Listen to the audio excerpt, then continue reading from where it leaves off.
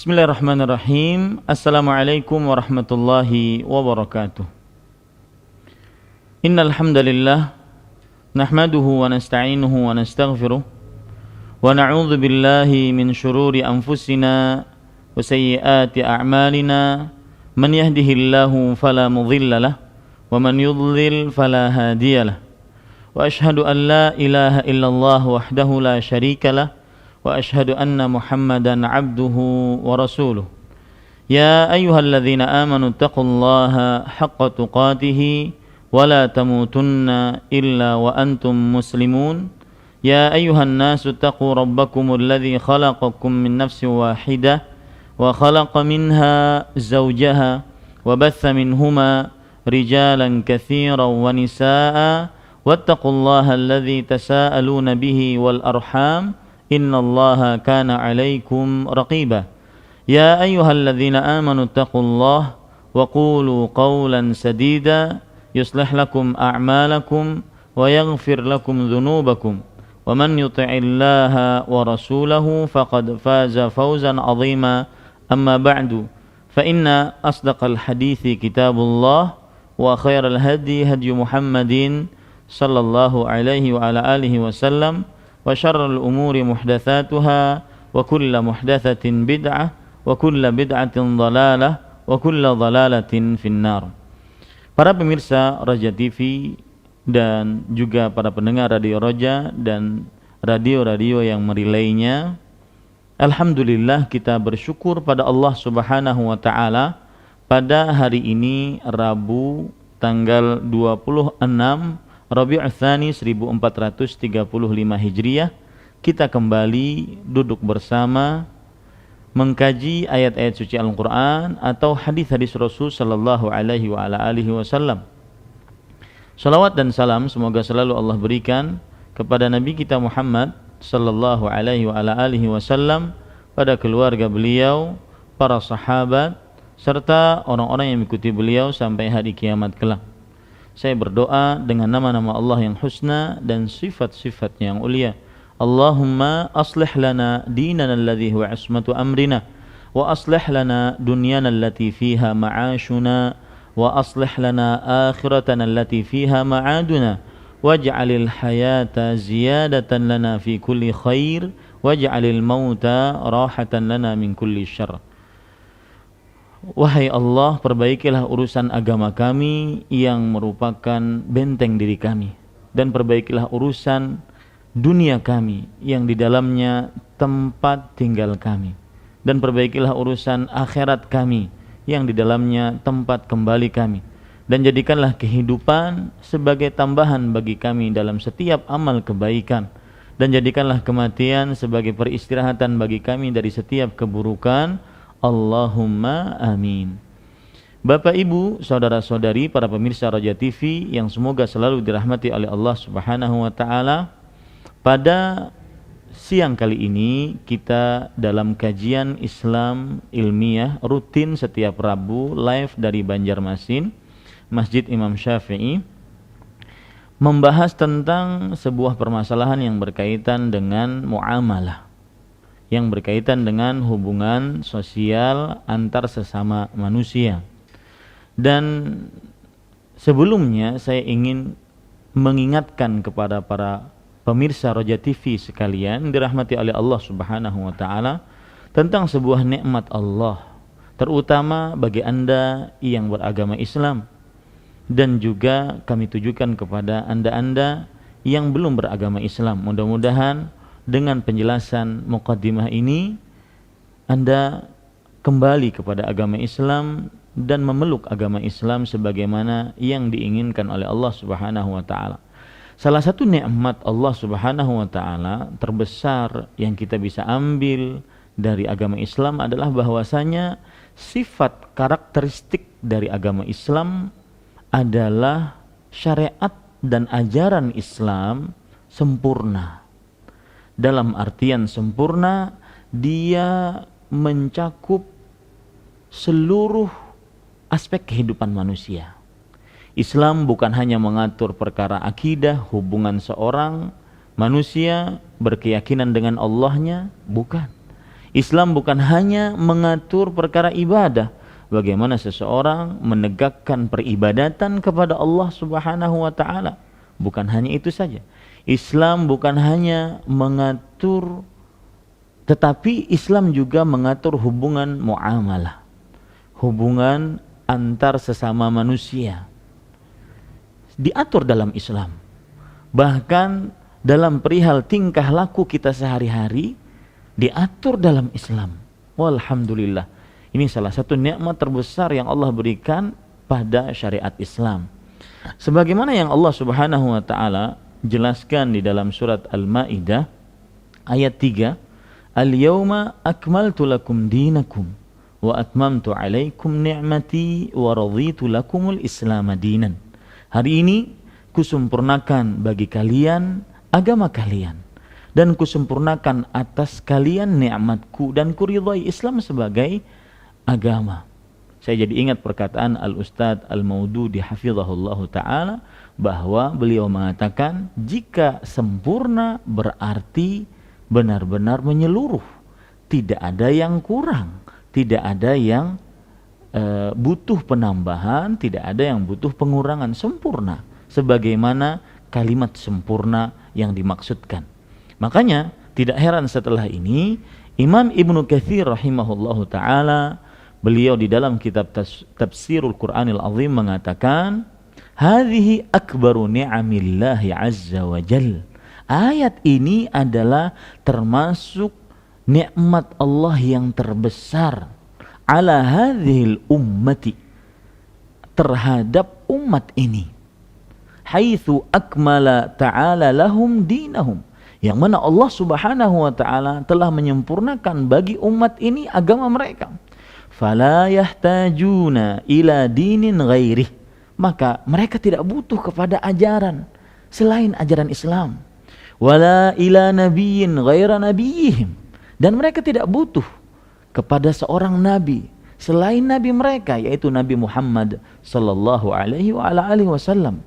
Wala walihadza ja'alahu Allahu khatamal anbiya, maka oleh sebab inilah Allah Subhanahu wa taala menjadikan nabi kita Muhammad sallallahu alaihi wasallam sebagai penutup para nabi. Wa ba'athahu ilal insi wal jin, dan Allah mengutus Nabi Muhammad sallallahu alaihi wasallam kepada jin dan manusia. Fala halala illa ma ahalla, maka tidak ada sesuatu yang halal kecuali yang dihalalkan oleh Rasulullah sallallahu alaihi wasallam. Wala harama illa ma harrama, dan tidak ada sesuatu yang diharamkan kecuali yang diharamkan oleh Rasulullah sallallahu alaihi wasallam. Wa kullu syai'in akhbara bihi fahuwa haqqun wa sidqun la kadhibu fihi wala khulf.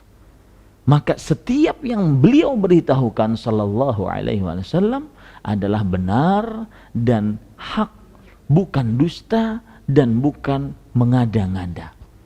Dari ayat ini kita ambil pelajaran Islam itu sempurna, mengajari kita mengajari kita 4 aspek kehidupan manusia: akidah, ibadah, muamalah, tingkah laku. Semuanya ada dalam Islam. Perhatikan riwayat ini lagi, sebagaimana yang disebutkan dalam hadis riwayat Imam Muslim dari Salman Al-Farisi radhiyallahu anhu. Pernah dikatakan kepada Salman oleh orang Yahudi, sambil kaum Yahudi ini mengejek Salman Al-Farisi radhiyallahu anhu, "Qad 'allamakum nabiyyukum kulla syai'in hatta al-qira'ah?" Apakah benar nabimu mengajarkan segala sesuatu sampai buang air besar, wahai Salman? Masa begitu amat sih?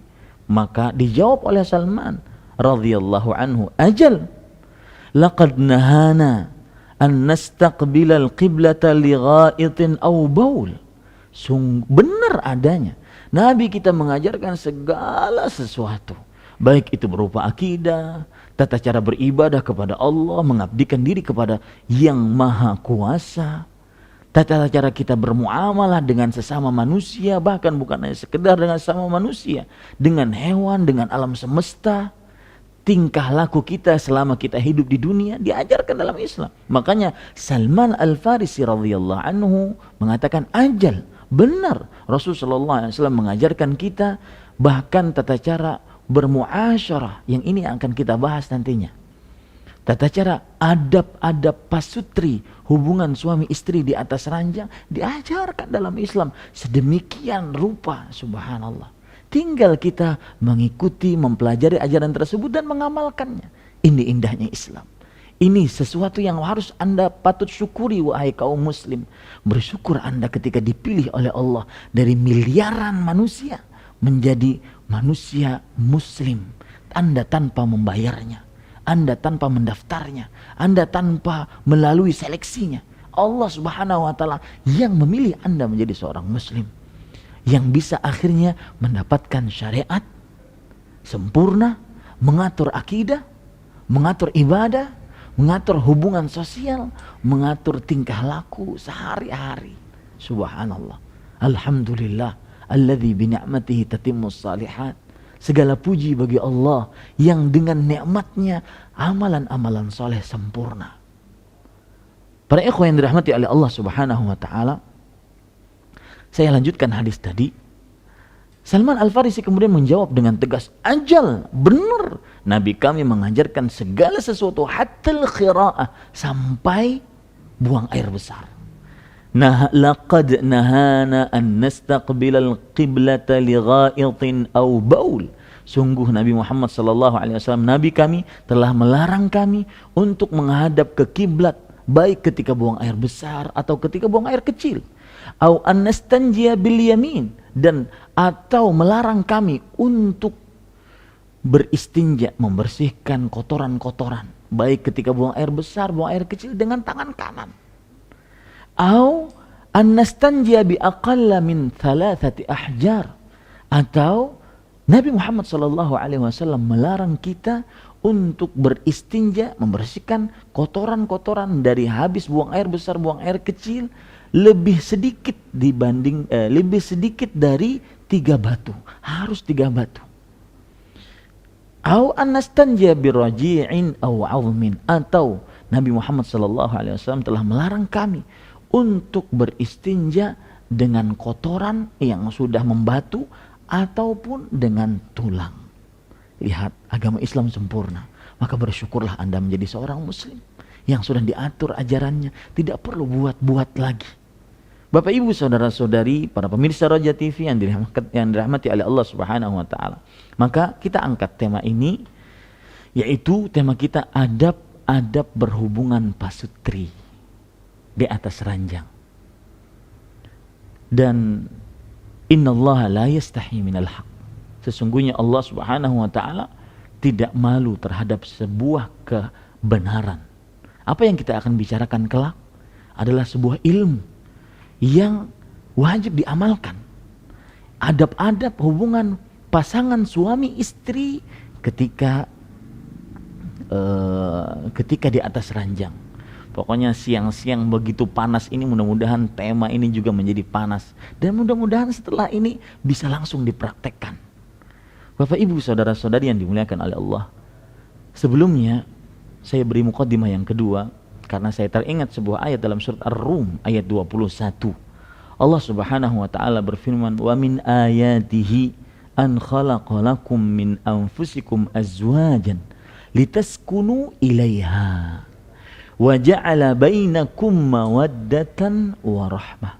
Termasuk tanda-tanda kekuasaan Allah adalah Allah Subhanahu wa taala menjadikan bagi kalian dari diri kalian pasangan-pasangan, agar kalian merasa tenang, nyaman dengan pasangan kalian, dan menjadikan di antara kalian mawaddah, rasa cinta, warahmah, dan rasa kasih sayang.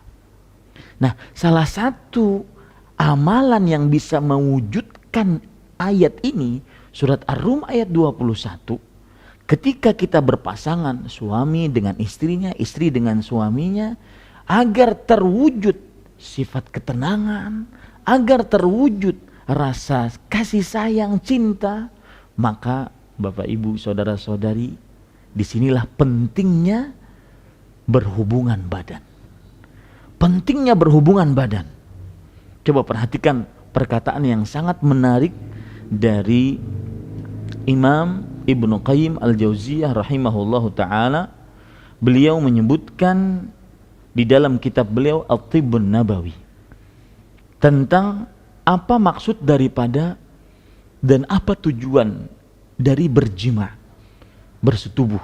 Perhatikan, beliau mengatakan, wa ammal jima'u awil bahu fakana hadiyuhu fihi sallallahu alaihi wa ala alihi wasallam akmala hadyin.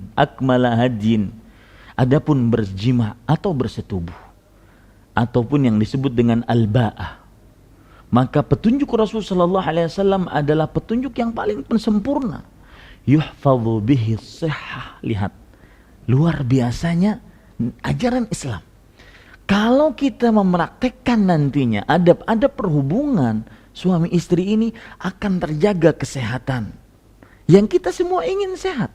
Wa tatimmu bihi ladzatu wassururun nafs, dan akan sempurna kelezatan, akan sempurna kesenangan di dalam diri.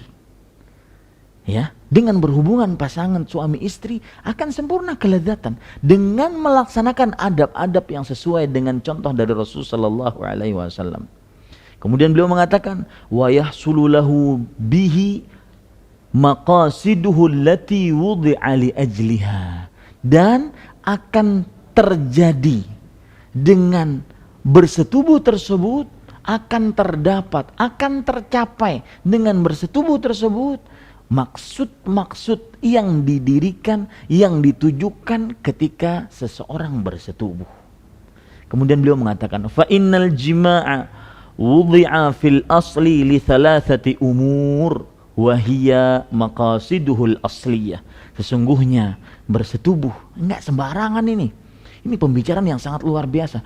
Bersetubuh diletakkan di dalam asal hukumnya untuk 3 perkara, yang mana 3 perkara ini adalah tujuan asal dari bersetubuh.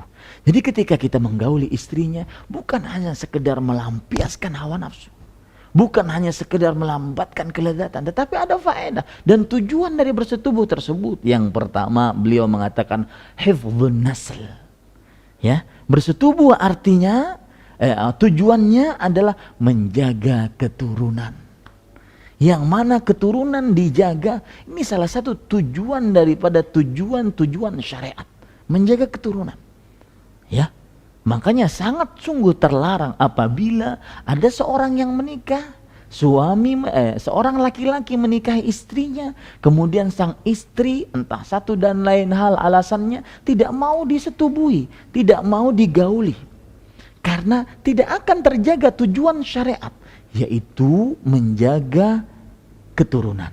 Maka terlarang pula seseorang menjaga ataupun menutup-nutupi agar dia tidak hamil, agar dia tidak mempunyai keturunan. Karena salah satu tujuan syariat adalah menjaga keturunan, yaitu dengan melakukan jima tadi. Bapak Ibu saudara-saudari yang dimuliakan oleh Allah Subhanahu wa taala. Kemudian yang kedua, Imam Ibnu Qayyim Al-Jauziyah rahimahullah, ulama besar di abad ke-8 Hijriah ini, beliau mengatakan ikhrajul ma alladhi yadurru ihtibasu wa ihtinaquhu bi jumlatil badan. Artinya, dengan bersetubuh akan mendapatkan tujuan mengeluarkan air mani, yang mana apabila air mani tersebut ditahan, maka saya yakin para dokter sepakat dengan saya bahwasanya, ya, karena saya pernah katakan juga kepada pemirsa Roja TV yang berbicara di hadapan Bapak Ibu sekalian, sebenarnya niatannya, cita-citanya dokter, tapi nggak kesampaian. Tapi alhamdulillah Allah Subhanahu wa taala memberikan jalan yang lain, dan Allah Subhanahu wa taala Al-Hakim, Maha bijaksana atas segala ketetapannya. Tapi Bapak Ibu saudara-saudari yang dimuliakan oleh Allah, ikhrajul ma alladhi yadurru ihtibasuhu wa ihtinaquhu bi jumlatil badan. Apabila air tidak dikeluarkan, tidak jadi perhubungan badan, maka ini berbahaya. Ya, seseorang akan stres. Seseorang akan berbahaya tidak mengeluarkan syahwat yang aturan dikeluarkan. Ini salah satu tujuan daripada tujuan syariat, membolehkan berhubungan badan di antara pasangan. Kemudian yang ketiga, qada'ul watri wa nailul ladzah wa tamattu'i bin ni'mah. Lihat, perhatikan. Dan saya ingin memotivasi para pemuda-pemuda. Karena di sini kawan saya yang mempersiapkan kamera ini belum nikah. Ya, saya ingin memotivasi para pemuda agar cepat-cepat menikah. Saya yakin jika Anda menikah, Anda setelah ini merasa rugi. Kenapa? Karena kok tidak dari dulu menikah? Kok tidak dari dulu menikah? Karena dengan bersetubuh, dengan melakukan jima, maka seseorang bisa mendapatkan kelezatan, bisa melampiaskan syahwat yang halal. Dan subhanallah, nanti kita akan sebutkan, Bapak Ibu saudara-saudari ini dimuliakan oleh Allah Subhanahu wa taala, termasuk daripada hal adab dalam bersetubuh adalah bahwasanya ketika seseorang bersetubuh, dia harus ikhlas. Loh, subhanallah Ustaz, ini kan bukan sholat Ustaz, bukan puasa, masa harus ikhlas? Lihat, nanti saya akan jelaskan. Ya, Bapak Ibu, para pemirsa Roja TV, terutama saudara-saudariku yang belum menikah, mudah-mudahan ini bekal untuk Anda agar cepat-cepat menyempurnakan setengah kehidupan Anda. Agar cepat-cepat Anda benar-benar merasakan indahnya dunia. Bapak Ibu saudara-saudari yang dimuliakan oleh Allah.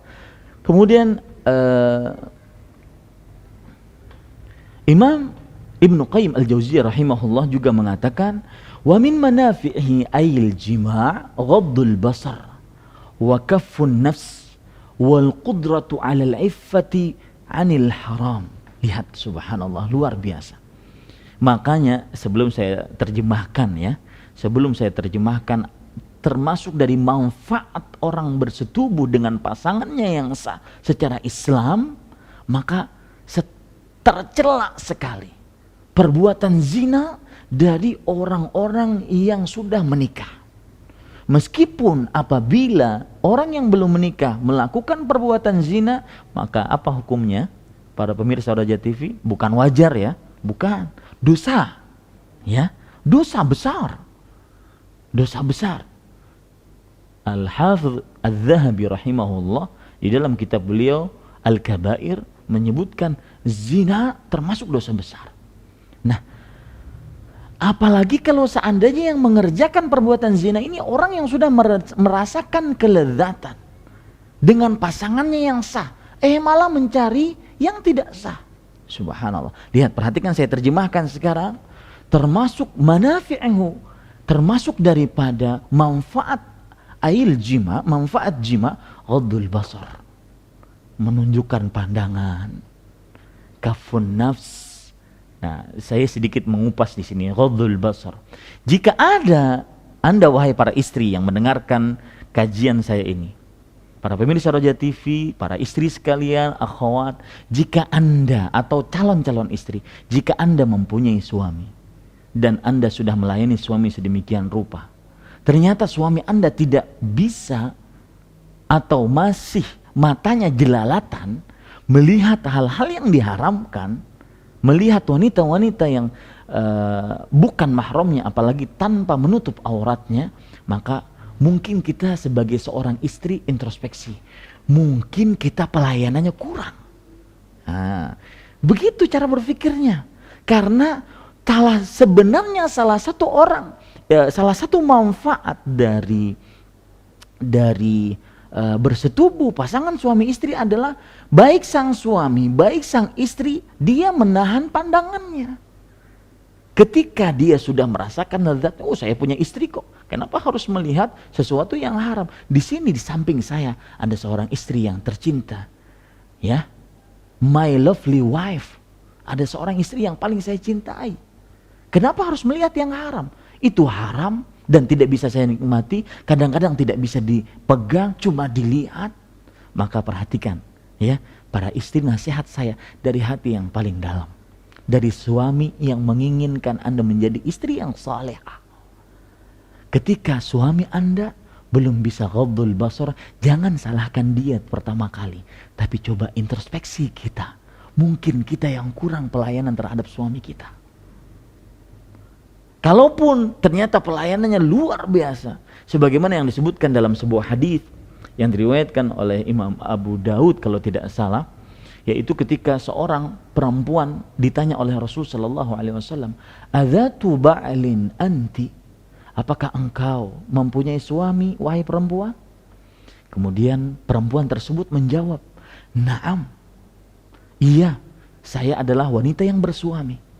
Kemudian Rasul sallallahu alaihi wasallam bersabda, "Kaifa anti minhu?" Bagaimana sikapmu terhadap suamimu? Wanita ini menjawab, "Ma'aluhu illa ma'ajaztu anhu." Aku tidak pernah meremehkan hak-hak suami wahai Rasulullah. Seluruh permintaan suami aku kerjakan kecuali sesuatu yang aku tidak mampu. Kemudian Rasul sallallahu alaihi wasallam menjawab kepada perempuan tersebut, "Unzuri aina anti minhu."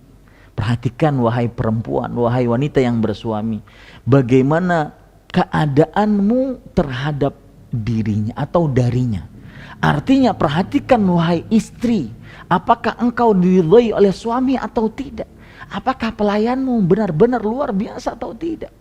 Kemudian Rasul sallallahu alaihi wasallam menjawab, beliau bersabda lagi, maksud saya, fa innama huwa jannatuki wa naruk.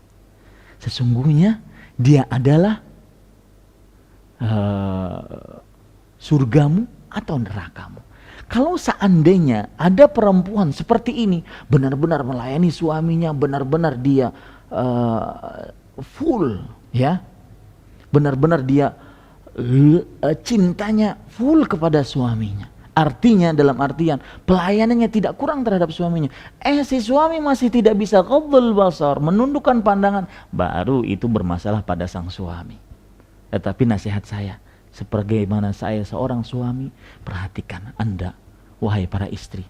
Jika suami belum bisa ghadul basar, padahal dia sudah mempunyai istri yang sah, dia sudah merasakan kelezatan, dia sudah merasakan bagaimana masuk ke dalam dunia yang benar-benar lezatnya dunia. Tetapi kau masih belum bisa ghadul basar, maka perhatikan diri Anda. Mungkin saya tidak menuduh, ada yang kurang dalam pelayanan Anda. Kemudian waqafun nafs, dan menjaga jiwa. Wal qudratu 'alal iffati 'anil haram, dan menguasai kesucian untuk melakukan hal-hal yang haram. Jadi dia kalau seandainya salah satu manfaat dari bersetubuh, berjima dengan pasangan yang sah, dia akan jauh dari hal-hal yang merusak kesuciannya. Nah ini, makanya di sini saya kaitkan lagi dengan perbuatan zina. Tercelaknya orang berzina, terutama ketika dia sudah muhsan, ketika dia sudah menikah, merasakan bagaimana lezatnya berhubungan suami istri. Maka pada saat itu dia masih berzina, dia masih mencari yang halal, maka tidak salah kalau seandainya Islam ya memberlakukan syariat rajam. Karena Bapak Ibu, saudara-saudari yang dimuliakan oleh Allah Subhanahu wa taala, kalau boleh dikata orang seperti ini adalah tidak tidak tahu mana yang sebenarnya nikmat yang merupakan kelezatan hakiki, yaitu dengan istri yang sah.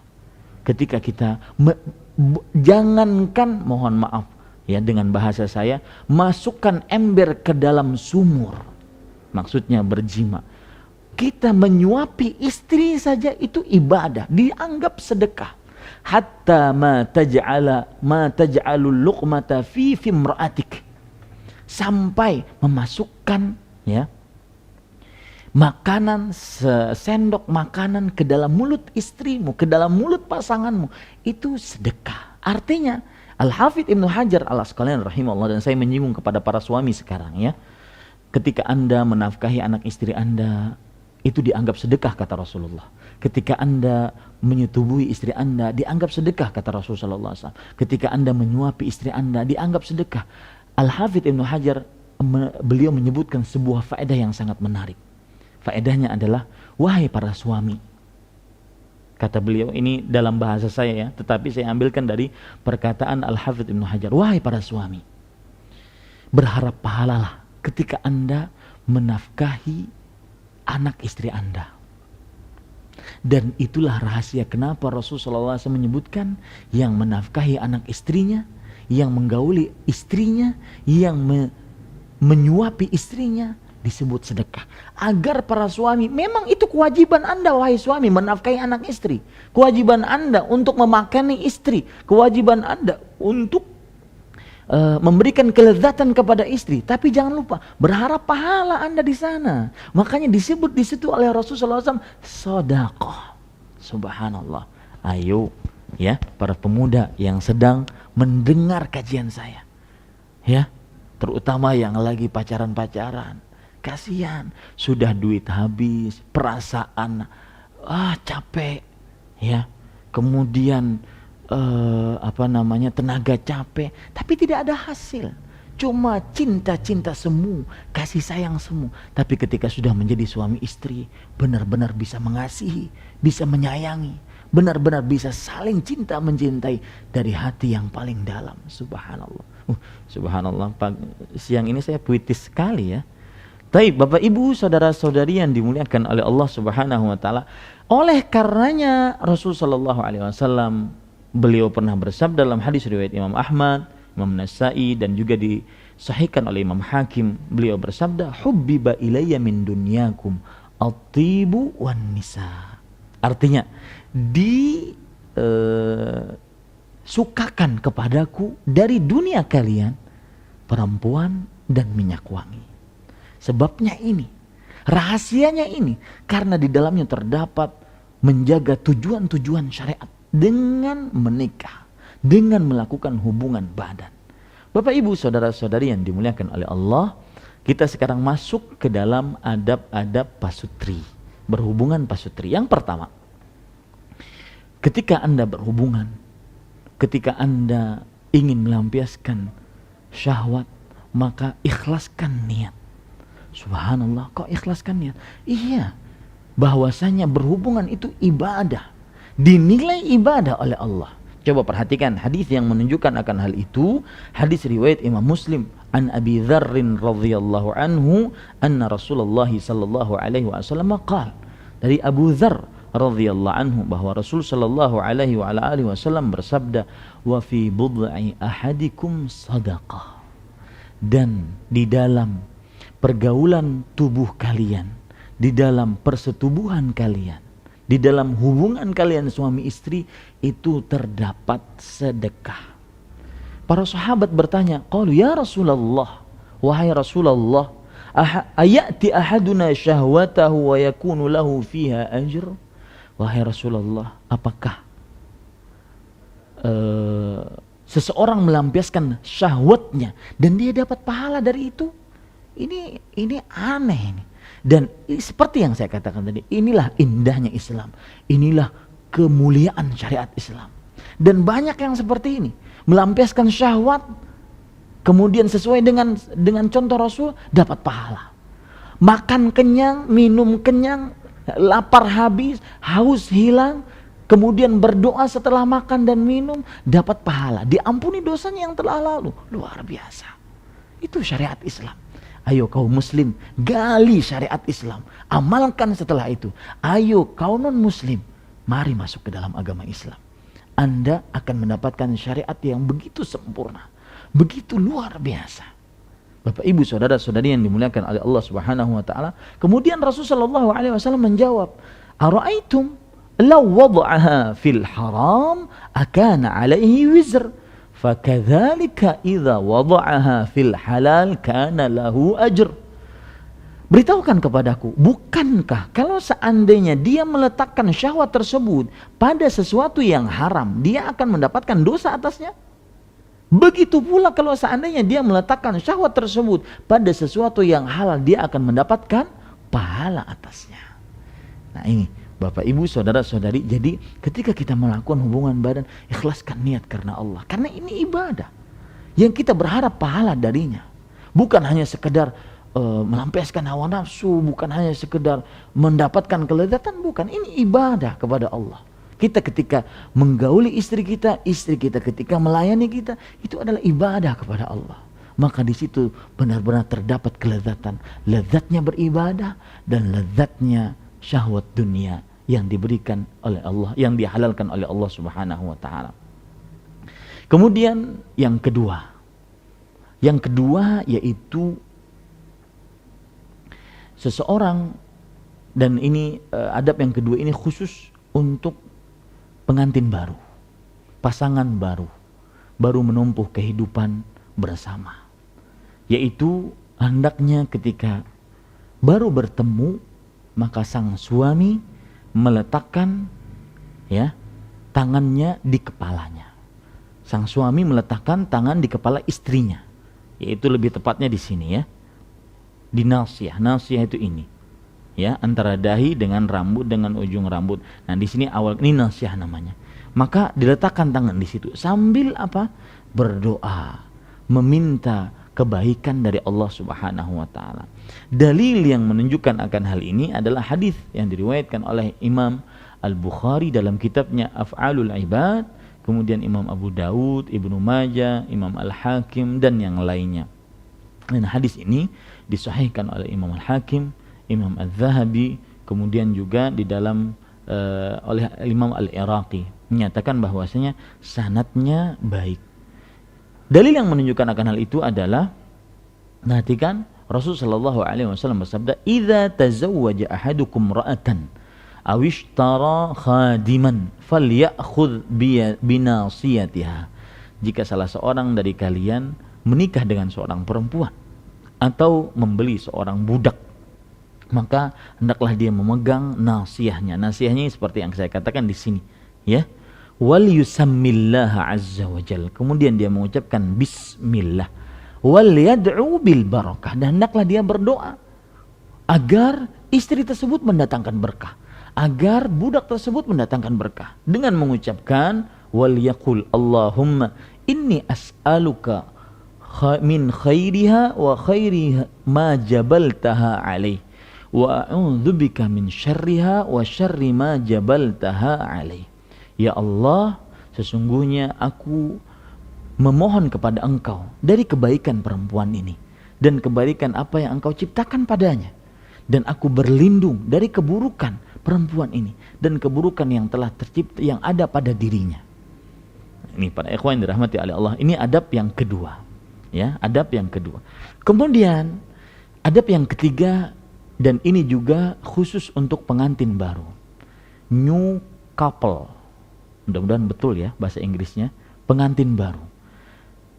Dianjurkan yaitu sholat berjamaah antara suami dan istri ini ketika mereka pertama kali bertemu, baik itu malam pengantin atau siang pengantin, malam pertama atau siang pertama. Karena malam pertama tidak mesti ketemu dengan pasangan itu harus malam pertama, nunggu malam lama.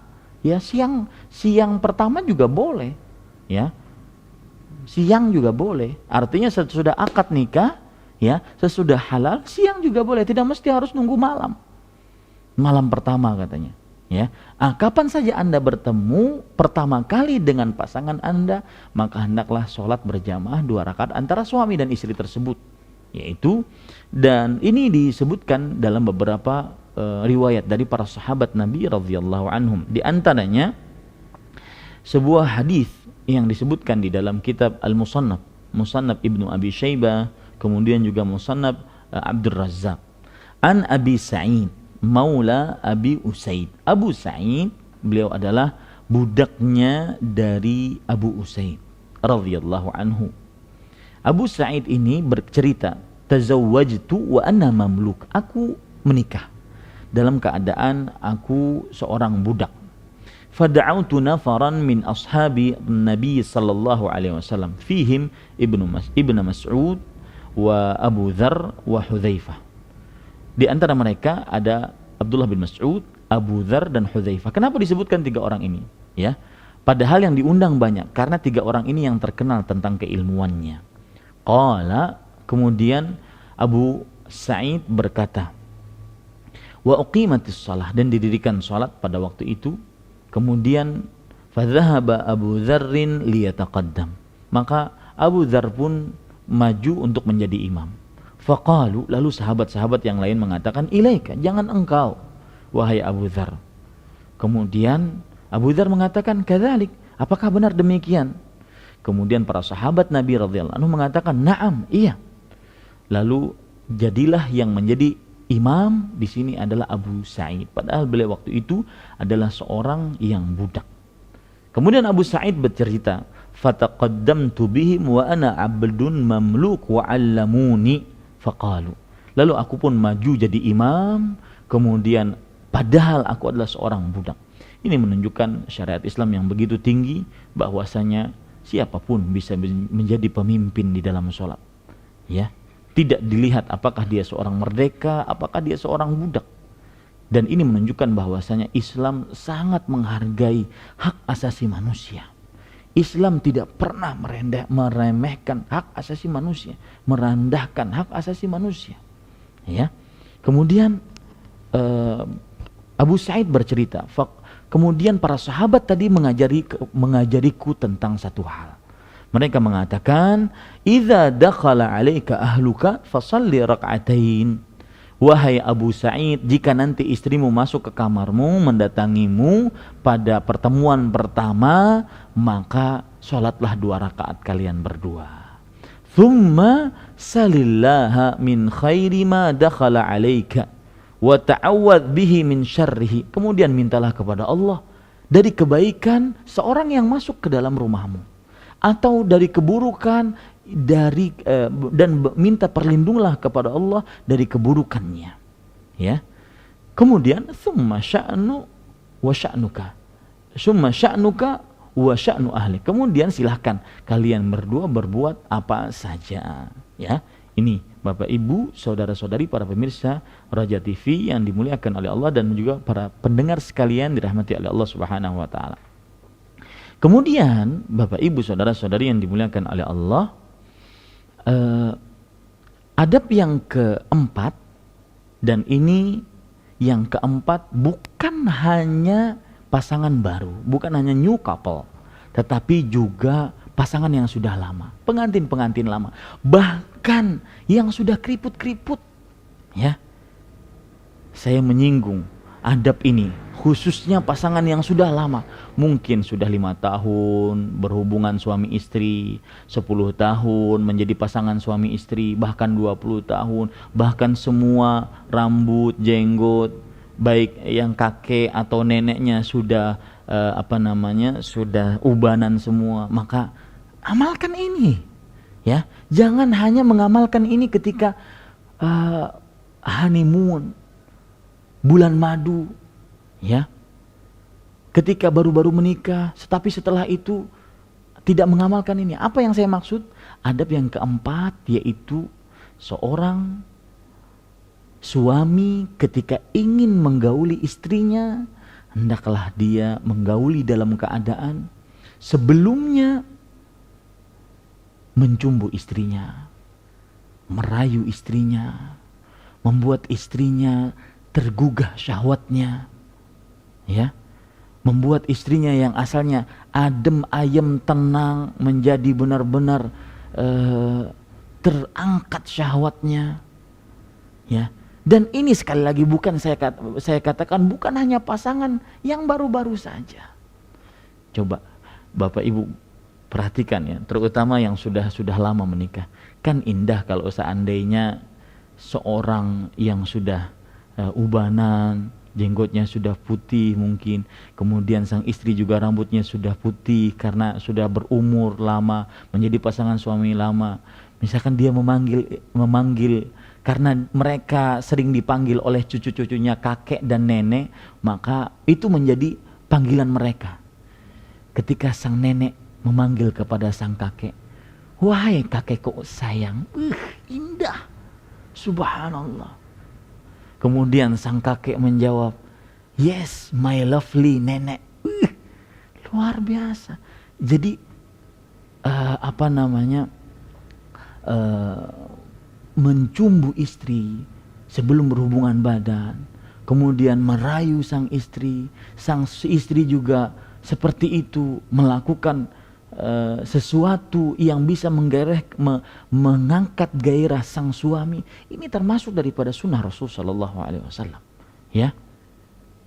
Ini perlu latihan, Ya, jangan mau enak asal sendiri enak. Karena sebagian perempuan terkadang dia susah dan lama untuk terangkat gairahnya. Sehingga mungkin sang suami merasakan kelezatan, tetapi sang istri tersiksa. Setiap kali berhubungan badan seperti itu, sang suami terlalu egois. Ya. Bahkan kadang-kadang banyak para istri curhat. Ustadz, gimana caranya biar membuat suami saya romantis? Saya ingin suami yang romantis, subhanallah.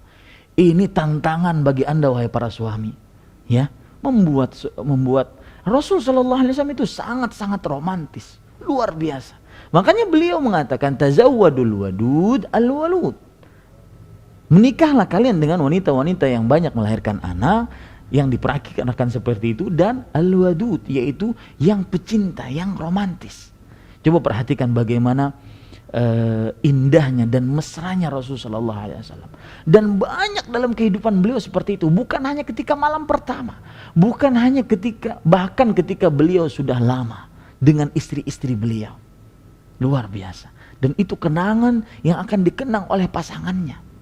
Coba perhatikan hadis, salah satunya yang akan saya sebutkan di sini yaitu sebuah hadis yang diriwayatkan oleh Imam Ahmad dari Asma bintu Yazid ibnu Sakan.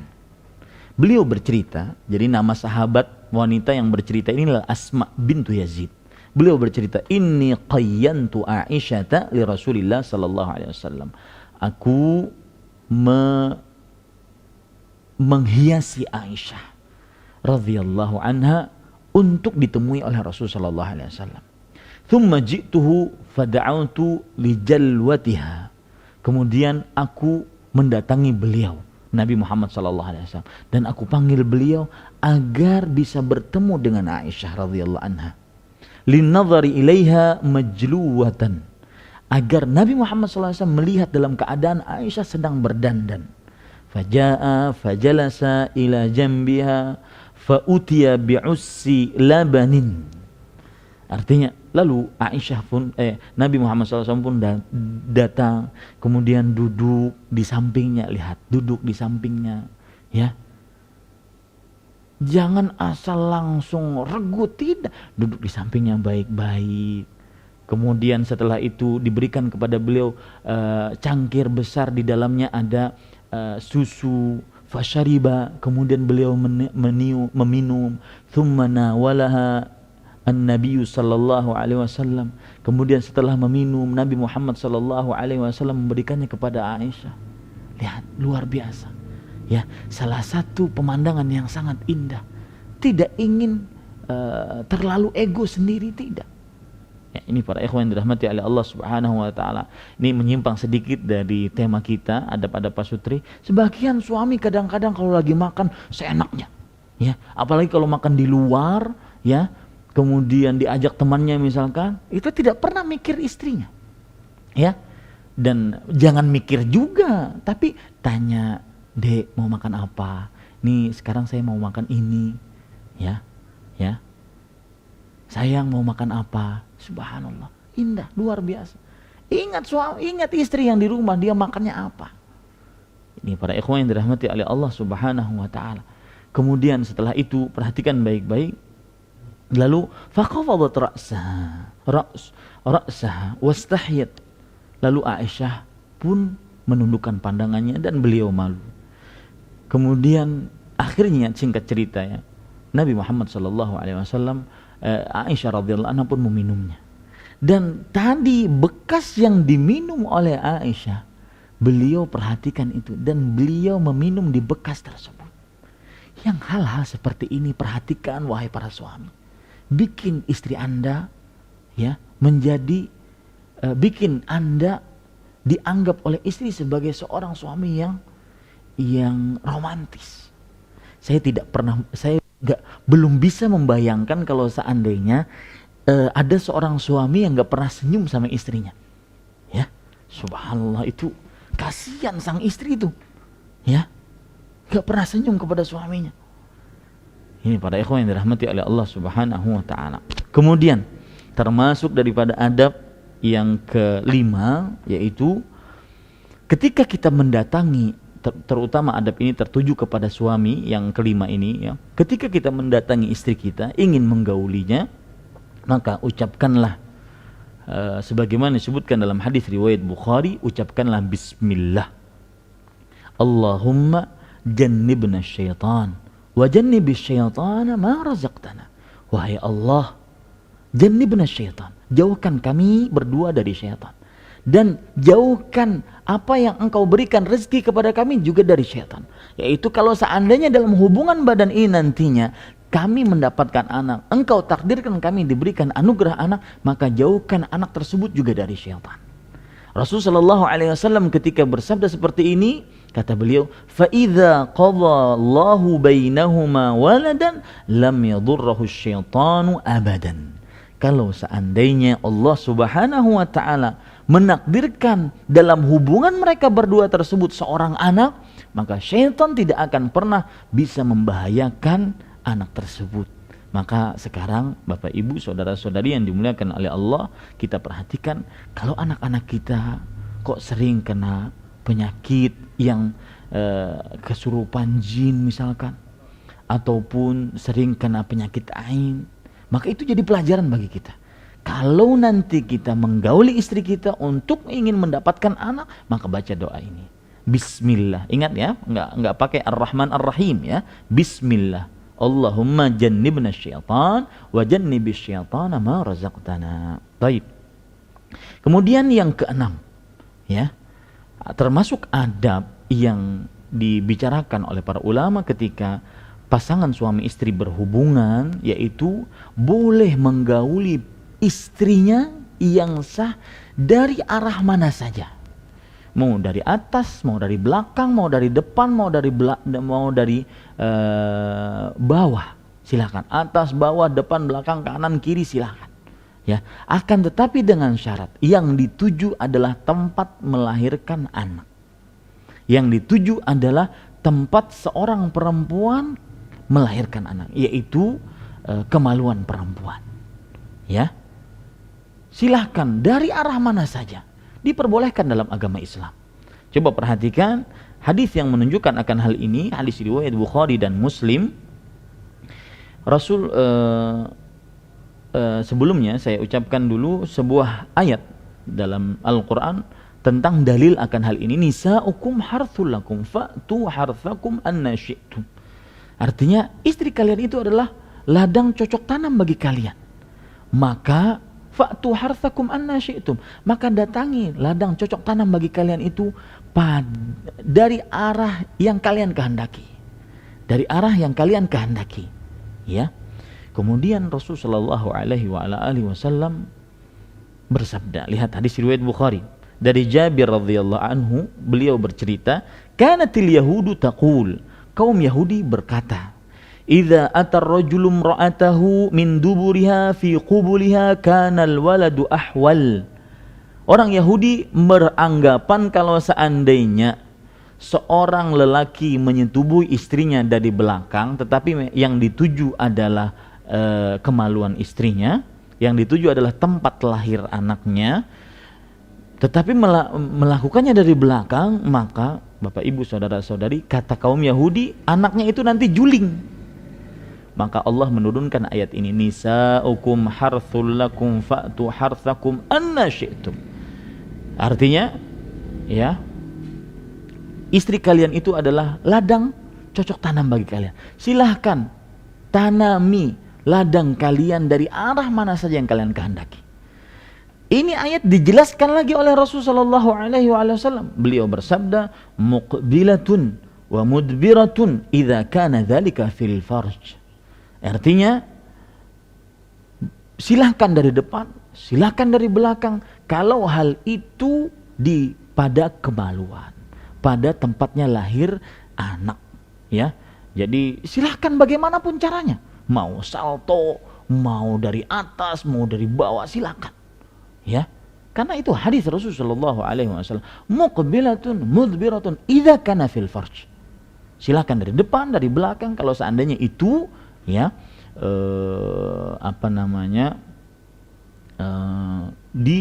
pada kemaluan atau pada tempat lahirnya anak tersebut. Kemudian para ikhwan yang dirahmati oleh Allah Subhanahu wa taala, adab selanjutnya, waktu sedikit ini kalau tidak salah ini yang keberapa? Ya, kalau tidak salah yang ketujuh ya. Adab selanjutnya diharamkan dengan alasan apapun, diharamkan untuk menyetubuhi istri pada duburnya. Ya, mohon maaf, dan innallaha la yastahi minal haq, pada duburnya. Dan ini termasuk dosa besar. Karena ya, Abdullah bin Abbas, kemudian Al-Hasan Al-Basri mendefinisikan dosa besar adalah al-kabiratu hiya kullu dzambin khatamahu Allahu bi la'natin aw ghadabin aw narin aw 'adzab. Setiap dosa yang diancam oleh Allah dengan laknat, dengan murka, dengan neraka, dan dengan siksa tertentu di akhirat. Itu dosa besar. Nah, ini termasuk dosa besar karena di dalamnya terdapat laknat. Sebagaimana hadis yang diriwayatkan oleh Ibnu Adi dan disahihkan oleh Imam Albani rahimahullah dalam kitab beliau Adabuz Zafaf, mal'unun man ya'tin nisa'a fi mahashihinna. Terlaknat, dan arti terlaknat adalah at-tardu wal ib'adu min rahmatillah, dijauhkan dan diusir dari rahmat Allah Subhanahu wa taala. Ya. Terlaknat seorang yang mendatangi istrinya, menggauli istrinya pada dubur-duburnya. Ini para ikhwan yang dirahmati oleh Allah Subhanahu wa taala. Kemudian adab selanjutnya, adab yang ke-8, yaitu seorang perempuan jika seorang laki-laki suami jika ingin mengulang persetubuhan dengan istrinya setelah melakukan persetubuhan yang pertama, dia ingin mengulang kedua, maka dianjurkan untuk berwudu sebelumnya.